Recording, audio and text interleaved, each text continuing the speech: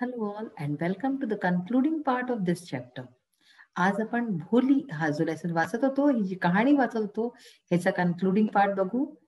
आपण last part मध्ये बघितलं होतं की कशा प्रकारे जेव्हा विशंभर तिच्या गळ्यात माळा टाकायला जातो हुंडा मागून 5,000चा, जे की तिचा वडील ठेवतो त्याच्यासमोर, तर ती जे आहे त्याची जे जे तो माळा घालायला जातो त्याला फेकून देते आणि जोराने ओरडते की पिताजी मी या मुलाशी लग्न नाही करणार. आणि सगळे तिच्या बाबतीत गोष्टी करतात की ही कशी निर्लज मुलगी आहे. त्याच्या पुढे चला वाचूया आपण कहाणी भोली. तर इथे आपण वाचलं होतं की एक बाई तिला म्हणते की व्हॉट अ शेमलेस गर्ल, किती निर्लज मुलगी आहे. We all thought she was a harmless dumb cow.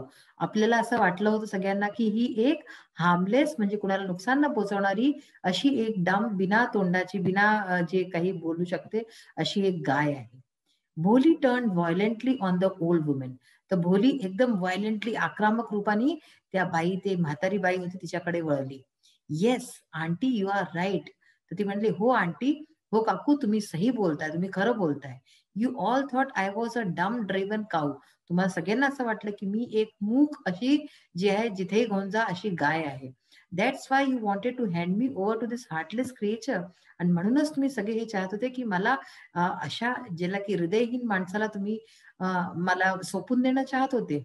But now the dumb cow the stammering fool is speaking. पण आता ही जी डम काऊ होती, जी मूक गाय होती आणि जी हकलावणारी अशी मूर्ख मुलगी होती ती आता बोलू शकते. Do you want to hear more? तुम्हाला काय आणि काय खायचंय अजून? Bishambarnath the grocer started to go back with his party. तर बिशंबरनाथ हे सगळं ऐकून जो ग्रॉसर होता, जो किराण्याचा मालिक होता, तो आपली पार्टी बरोबर ज्यांच्या बरोबर आला होता तो परत जाऊ लागला. The confused bandsman thought this was the end of the ceremony and struck up a closing song. तर जे बँडमॅन होते म्हणजे जे बँड पार्टीवाले होते, बँड बाजा घेऊन आले होते, ते लोक कन्फ्युज होऊन गेले आणि त्यांना वाटलं की आता ही सेरेमनी झाली आणि ते लोक आपलं एक क्लोजिंगचं सॉन्ग जसं की शेवटलं जसं ते गाणं म्हणतात बिदाई विदाईचं, तशा टाईपचं ते लोक वाजवू लागले.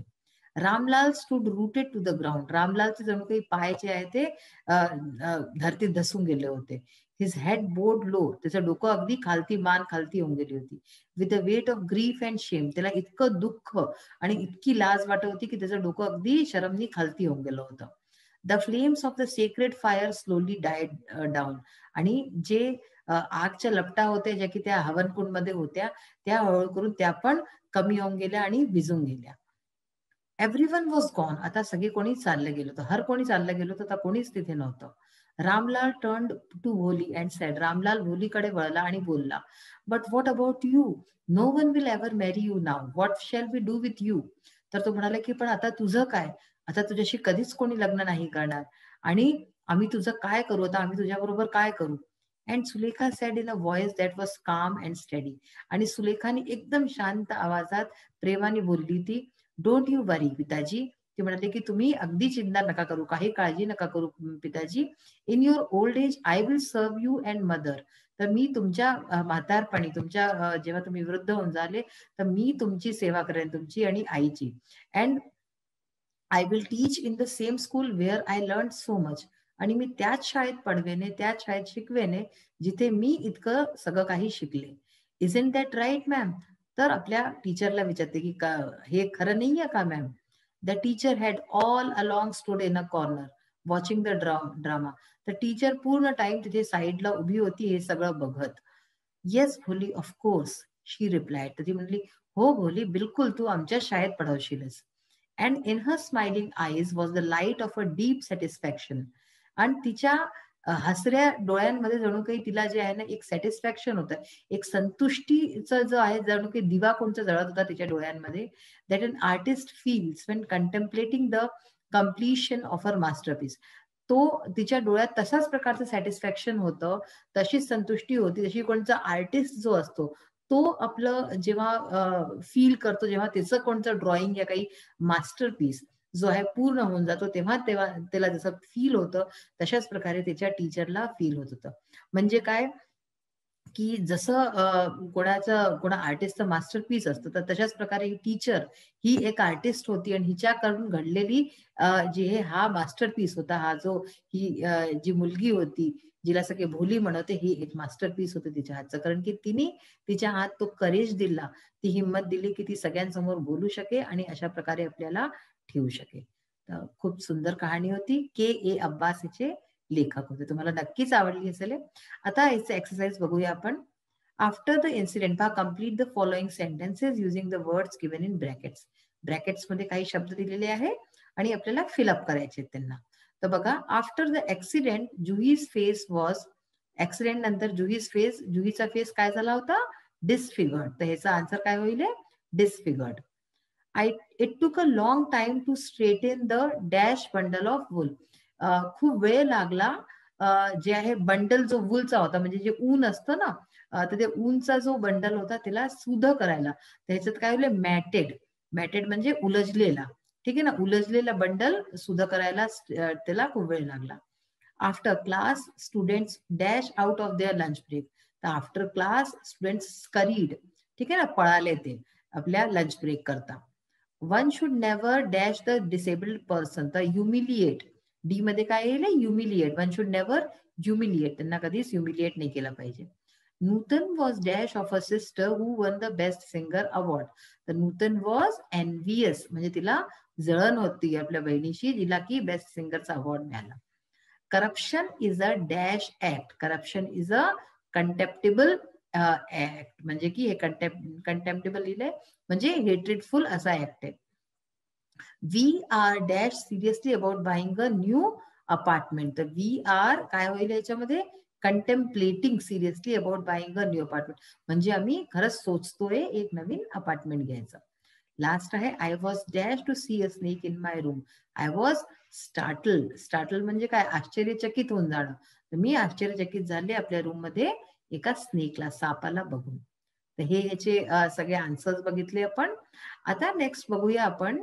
हे पहा, fill in the boxes with proper letters so as to find various characters in the story by their specialities. One is done for you.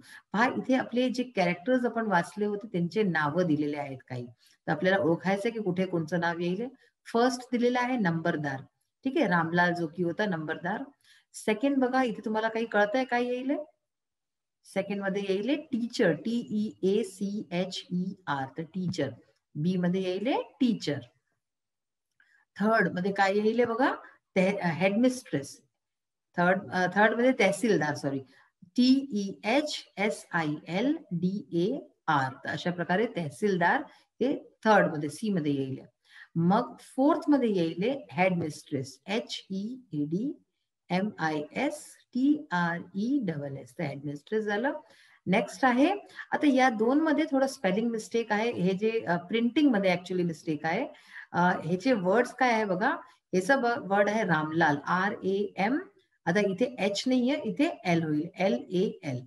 आणि नेक्स्ट मध्ये काय होईल? बिशंबर.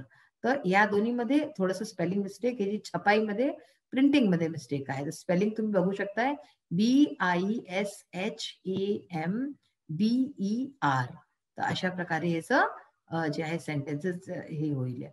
आता बघा, हे सगळे ऑलमोस्ट एक्सरसाइज आपण करून चुकलोय आणि जे राहिलेले आहे ते आज आपण करणार आहे. की त्यांना कसं करायचं ते आज आपण बघूया. बघा, आता आपला कोणचे एक्सरसाइज उरलेले आहेत? ऑलमोस्ट सगळे होऊन चुकलेले आहेत. आता आपण सीधे डायरेक्टली विदाउट वेस्टिंग टाइम आपण आपल्या जे एरर्स वगैरे बघणार आहे आज. लँग्वेज स्टडी पार्ट कडे बघूया आज आपण. So now we will look at our language study part.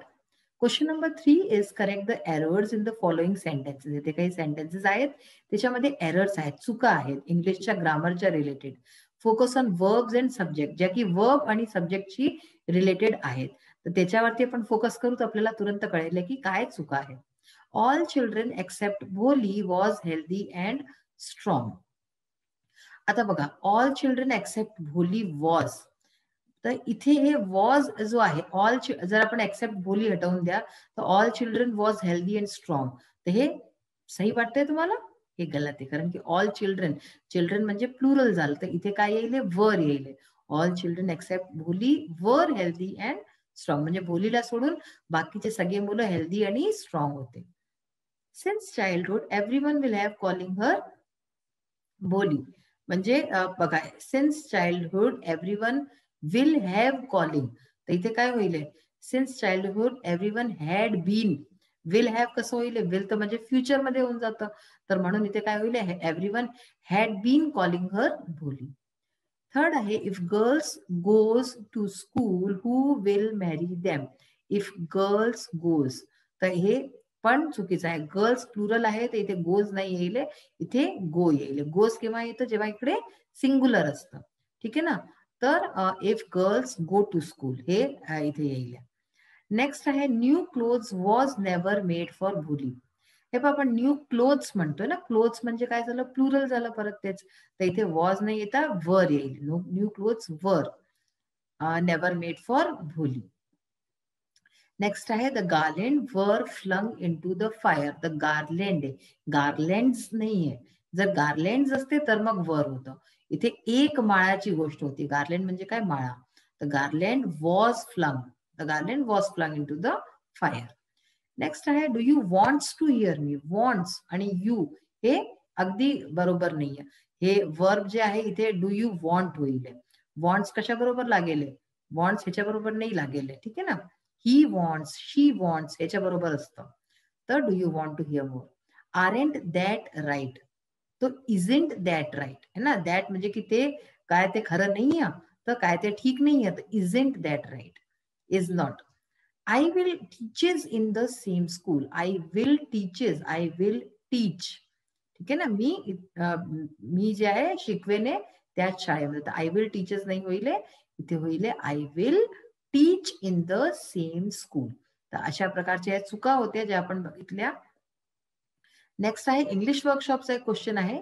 Describe Bholi's character before and after her meeting with the teacher.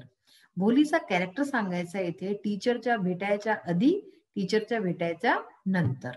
तर हा तुम्ही क्वेश्चन 4 बघाले कसा केला, त्याच्यात एक असे अमोर समोर जे आहे दिलेले आहेत कंपॅरिझन म्हणून. आपण इथे अशा प्रकारे लिहिले. बिफोर काय होतं, she was called simpleton, children made fun of her and mimicked her. म्हणजे आधी तिला जे आहे सिम्पल्टन म्हणजे भोली म्हणत होते आणि मुलं तिचं मजाक उडवत होते आणि तिची जे आहे खिल्ली उडवत होते. तर आफ्टर मध्ये बघा, she became confident and was able to utter her name. तर नंतर काय झालं की ती कॉन्फिडेंट होऊन गेली आणि आपलं नाव बोलू शकली. सेकंड आहे she had neither good looks nor intelligence. आधी टीचरशी भेटायच्या आधी ती न तर चांगली दिसत होती आणि न ती इंटेलिजंट होती. टीचरशी भेटल्यानंतर काय झालं, she change herself mentally and became smart. तर म्हणजे तिने आपल्याला मेंटली मानसिक रूपाने चेंज केलं, बदलाव आणला आणि आता ती स्मार्ट झाली. थर्ड आहे she was frightened and had no courage to speak. ती आधी खूप भ्यायलेली राहायची आणि तिच्यात बोलायची हिंमत नव्हती. शी वॉज लाईक अ डम काऊ. ती जसं की कोणची एक गाय असते, मूक गाय, तशी होती. तर ह्याचं काय होईल, शी बिकेम बोल्ड. तर ती आता बोल्ड बनून गेली, बोलू शकत होती सगळ्यांसमोर. And got courage to say what is right and what is wrong. आणि तिच्यात एवढी हिंमत आली होती की ती सहीला सही आणि गलतला गलत बोलू शकत होती. आणि लास्ट पॉइंट आहे याचा, she wouldn't take her own decisions. आधी टीचरशी भेटायच्या आधी ती आपले डिसिजन्स, आपले निर्णय स्वतः नव्हती घेत, पण टीचरशी भेटल्यानंतर तिच्यात इतका बदलाव आला, she could take her own decisions of her life. ती आपल्या जीवनाचे जे निर्णय आहे ते स्वतः घेऊ शकली, only because of the confidence her teacher had given. कारण की फक्त म्हणून करता, कारण की ज्या टीचरनी जे तिच्यामध्ये कॉन्फिडन्स दिला होता त्यासाठी, त्याच्या कारणाने ती आपले निर्णय स्वतः घेण्यामध्ये सक्षम झाली. तर अशा प्रकारे आज जो आहे आपला कन्क्लुडिंग पार्ट होता या चॅप्टरच्या. आता आपण बहुत क्लोज आहो आपले जे सिलेबस आहे त्याच्या संपायचे. आता फक्त 2-3 चॅप्टर्स बाकी राहिले आहेत. तर तुम्ही बिलकुल पढाई आता सिरियसली करा आपली आणि जितकं काही सांगितलं जात आहे त्याला नीट प्रकारे समजा आणि करा. आजचा सेशन इथेच फिनिश होतो. नेक्स्ट सेशन मध्ये परत भेटूया. Till then bye, have a nice day. Thank you.